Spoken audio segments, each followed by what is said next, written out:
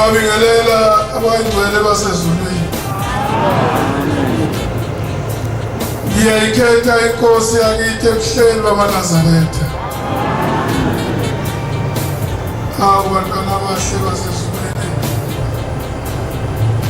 Sekhulumile umfundisi.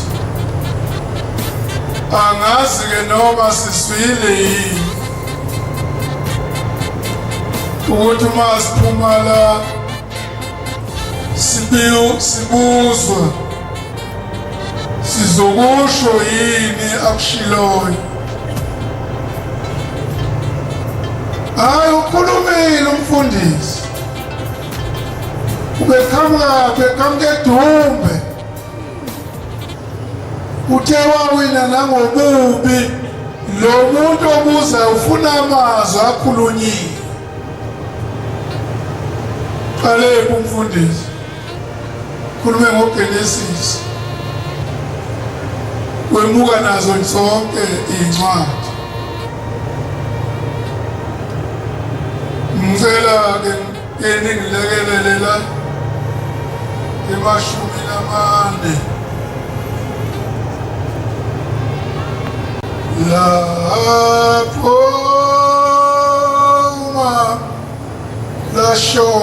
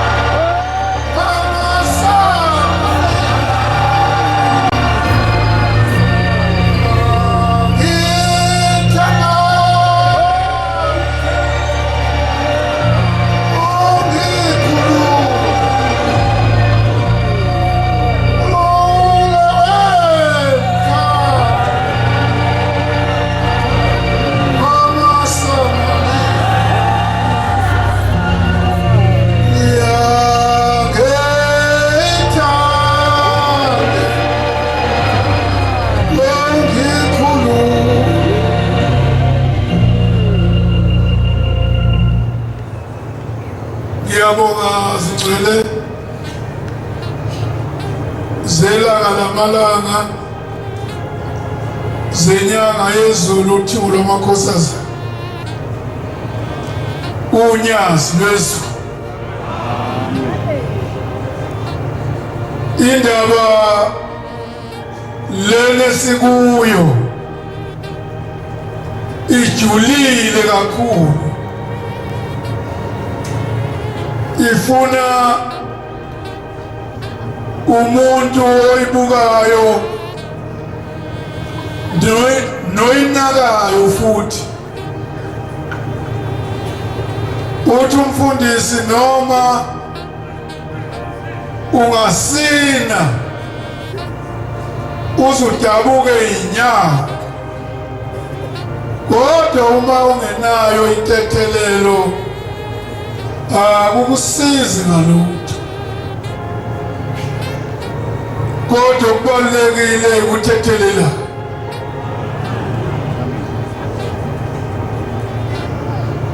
Lento ejule kangaka yokuthethelela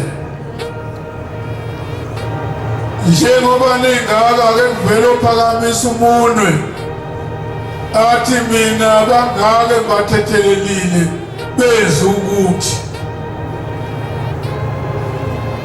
khona ngemva kwami ngaphambi kwami angiboni umuntu. Kunzima ke izingcwele zasezulwini ngoba uNkulunkulu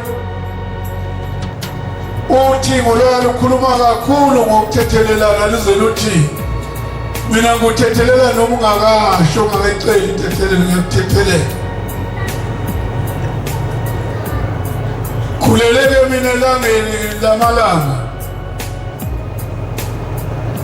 ilanga ngelinye ilanga lilapha ephumleni eFlyhead kwakunomuzi igama lawo kwakuthiwa kusephumleni, igama lendawo kukwabhanya.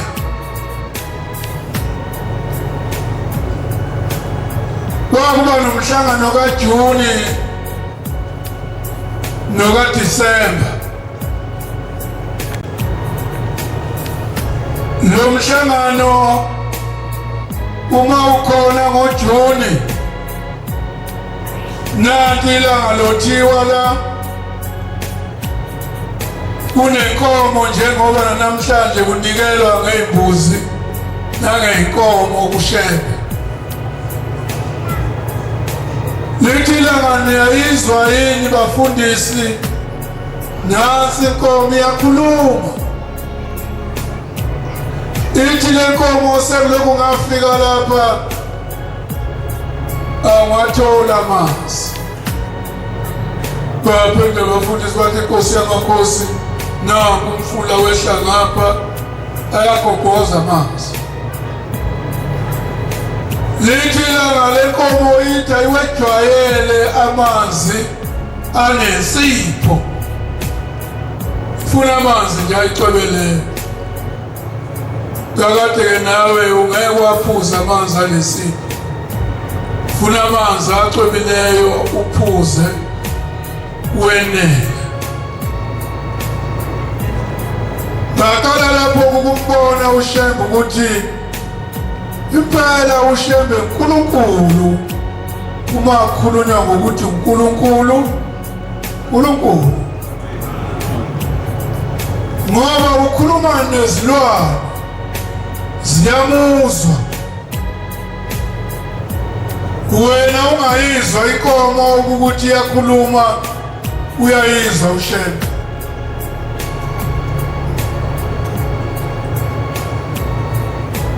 Angizukuba mude ke umfundisi akubeke beli.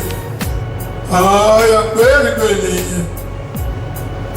Usekile yena umkhuphulangwe. Sogiya phela ukhipha inkosi.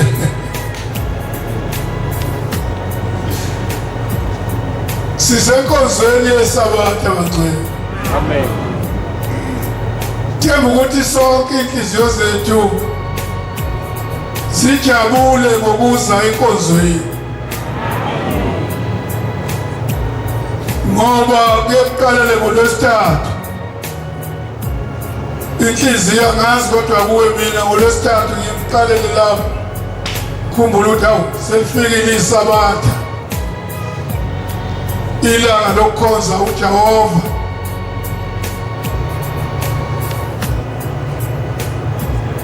Angisazi ukuthi ngamuphi unyaka sekuyilo lolunyazo lwezulu esikulo. Sithenga izinkomo, siyisekethi sizisa ophongolo, thenga iy'thole ezinhle ney'nkomo zezinhle ziyokwenza impepho ekhaya lethu ophongolo. Isiyaphuma inkomo esibayeni yeqa. Uma yeqa inkomo igijima ngaphakathi izungezumzu indlu yonyazi. Siyazibika thina ngapha izinkomo, nansi inkomo isimi ngemva kwethu. Lutho unyazi, niyayizwa yini? Niyayibona le nkomo ngemva kwenu? Cha Nkosi siyibona. Siyaphendula siyayipheka. Oh, nansi inkomo yesibuko. lutho unyazi le nkomo iyakhuluma. Hawu ithi inkomo mina ngiyavuma ukungena kulomsebenzi wokubani ngihlatshwe ngibe ngumhlatshelo, kodwa ingane yami yona hey uphendula mina ngithi Nkosi yamakhosi ikhona enye esibayeni engisolayo. Uyithi unyazi nayo le isifikile ikhuluma njengayo. Ziyavuma zona ubani ihlatshwe, kodwa abantwana bazo bafelani na?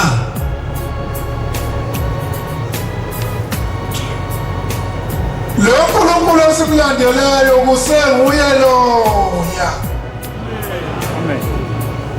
kusenguye uphombela, kuseyili ilanga inyanga yezulu uThixo.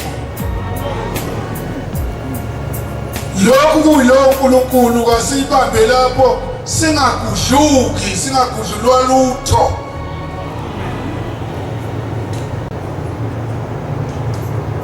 Noma unyakaziswa uma kuthiwa suka wonyazini awungavumi, ngoba unyazi uNkulunkulu.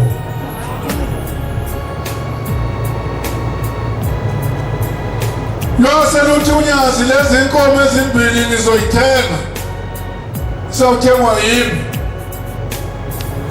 Ngicela ukuthi nihambe niyongifunela iy'nkabi ezimbili zokwenana lezi nkomo ebeniyikhiphi. Uthe umfundisi uthi ngolwabuza bela esabatheni lwathi nisho ngani ukuthi ushembe uNkulunkulu? Baba sisho ngemsebenzi, kodwa abantu abakuthandi.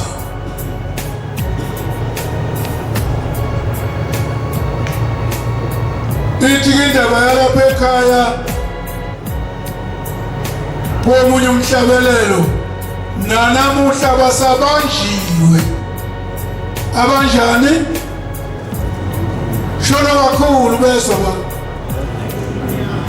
abagcineli bomnyama. Shono nawe uthi ngabanjani abakhululekile, ngababiziweyo bavuma, basabela, bamlandela uNkulunkulu olandelwa izizwe zonke. Silandela uNkulunkulu olandelwa izizwe zonke. Sihamba noThimo siyale eMangwaneni eBergville.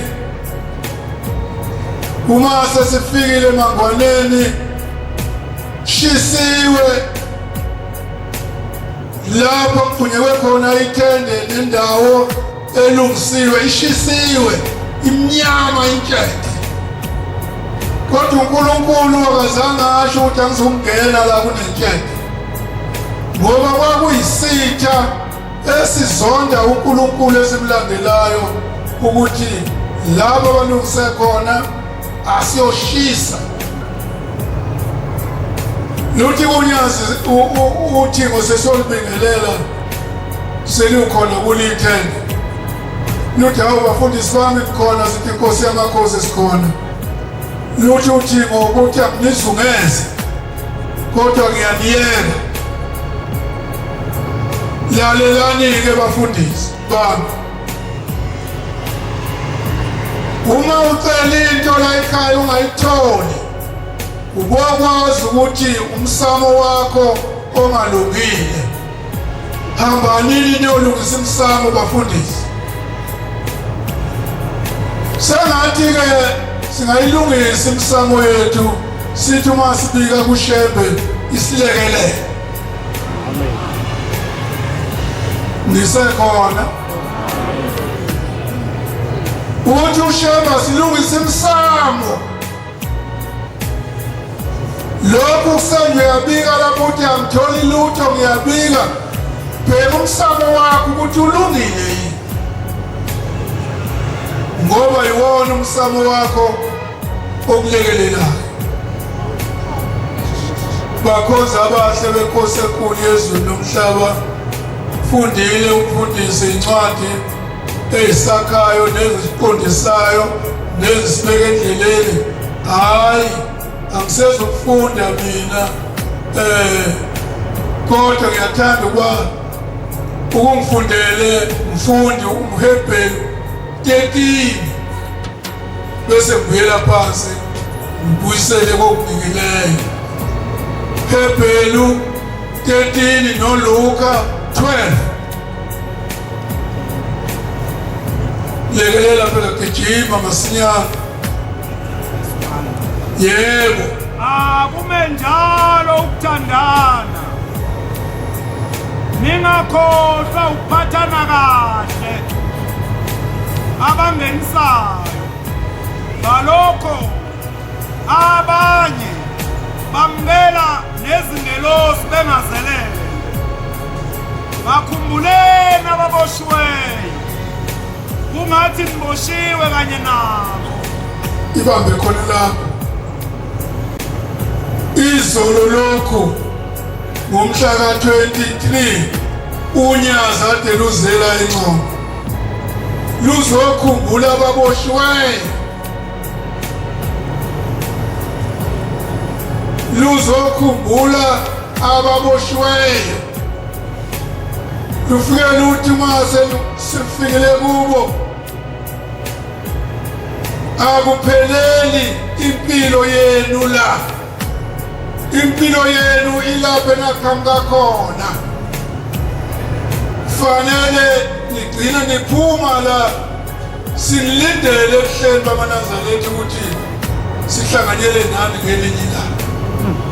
Amen. Kusho uNyazi lapha ejele eNcongwe ithi incwadi bakhumbuleni ababotshweyo. Ngathunywa ke mina uThixo olwamthuma eNcongwe. Hayi ngephupho kwakusemini kuyisabatha njengoba kuyisabatha. Lwamthuma ukuthi angiyoshumayela eNcongwe. Angisenalo izinto lokuhlabelela lapha eNcongwe ngoba ngangifundisa ukuhlabelela ngiyofundisa ukuvuma emuva ukuthi kuvunywa kanje.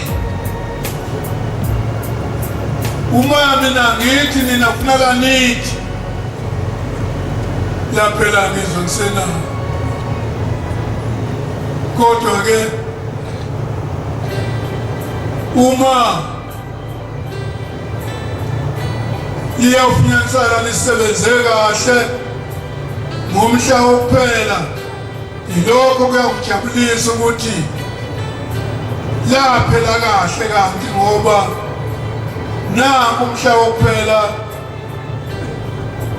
kuyangenwa emasangweni okufanele kungenwe kuwo. Luka 12 bese ngibuyela phansi verse 1 uthi nje 1 2 3. Nalenkathi sebebuthene abantu abayizinkulungwane baze banyathela. Waqala ukuthi bafundi bakhe bayani imvubeli yabaFarisi engukuzenzisa. Akukho okusithekileyo okungena kubonakaliswa nokufihliweyo okungeyikwaziyo. Nkosi ngibusele wena.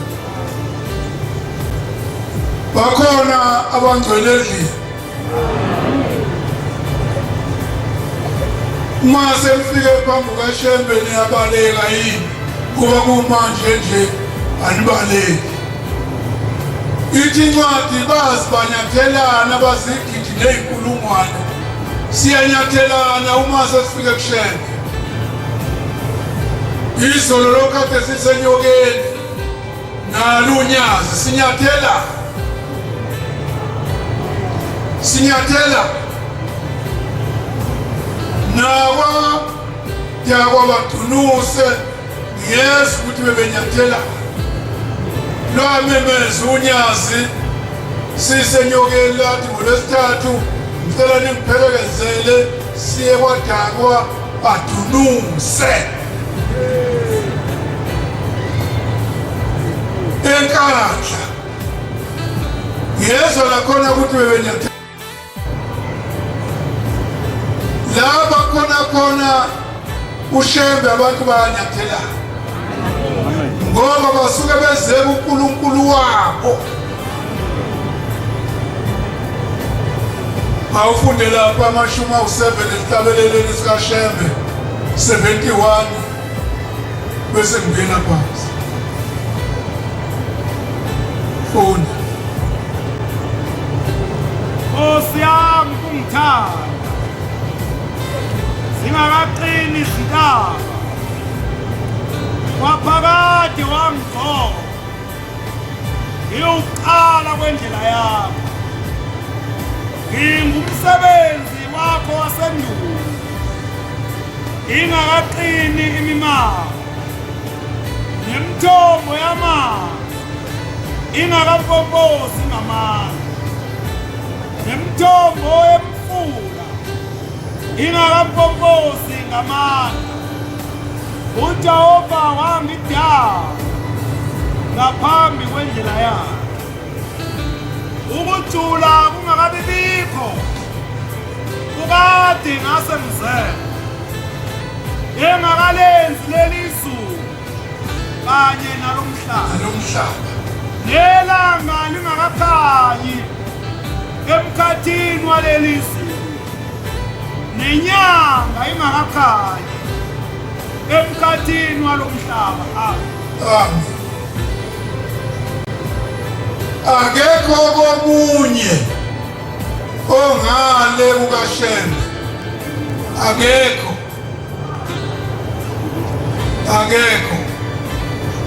imana lena ifihliwe kodwa bembulelwayo bayayibona. Ongembulelwe ubona inyama ufana athi uyafana noShembe, akekho ongafana noShembe. uShembe wayekhona lingakabikho lelizulu nalomhlaba, kwenziwa nguye. Izintaba nemimango kwenziwa nguye. Nemithombo yemfula namanzi ingakagobhozi, wayesegobhoza yena njengothukela. Sengathi angagobhoza-ke enhliziyweni zethu, inkosi kusisizwile. Amen.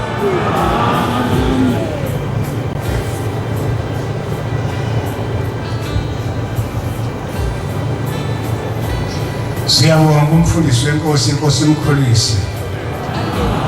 Hayi inkosi yakusinezile. Hlabelelo sethu 203 inkosi yakusiguga kwebala.